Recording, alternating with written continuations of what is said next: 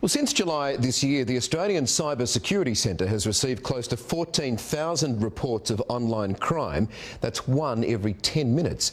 Network Finance Editor Gemma Acton joins us now. Gemma, good evening to you. These numbers are incredible. Which areas of Australia are most impacted? Well, Michael, it's everywhere, and that's one of the huge challenges of cybercrime. It doesn't respect borders or boundaries like physical crime has to. So it's really all over the country. As you mentioned, around 13,500 reported incidences only in the last 3 months. So about 3,000 in Victoria, New South Wales and Queensland. But really throughout the rest of the country as well, anywhere there are people, there's cybercrime. And when I mentioned that huge number of reported incidences, this is self-reporting. So if somebody hasn't reported it, or if they haven't yet noticed they're a victim, it's not counted in that tally, so it's bound to be even higher. So it could be worse. I'm sure it is. Now, the most common area, well, most common crimes, I think we'd be interested to know, and who are the main targets? Right. So online fraud is still the biggest crime. So this is when you'll get a message from someone such as a criminal pretending to be from your bank, asking for your bank details or perhaps asking you to transfer money. That's the biggest problem of all. Online romance is becoming a bigger and bigger problem, where a victim strikes up a relationship with somebody online and suddenly they're asking them to send them money to pay for medical expenses or to pay for maybe a plane trip to go and see them, and suddenly that person's profile and the money vanishes into thin air.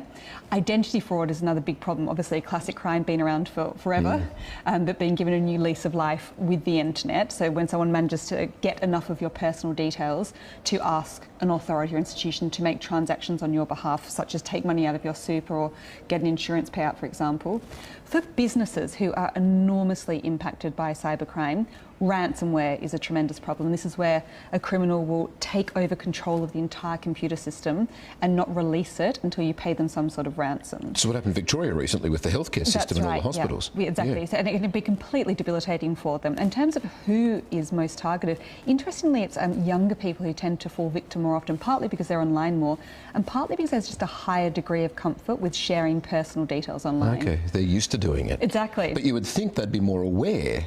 Possibly they are, but I think just maybe the sheer volume of transactions they do exposes them more. Okay, so what needs to be done to prevent all this? It's really difficult. It's one of those situations where every single time you close some sort of weak point or loophole, a new problem springs up. Cybercrime moves very quickly and is very sophisticated, but there are small things we can each be doing to look after ourselves. Very obvious things. Make your password more difficult. Don't leave it lying around. Don't share it with other people.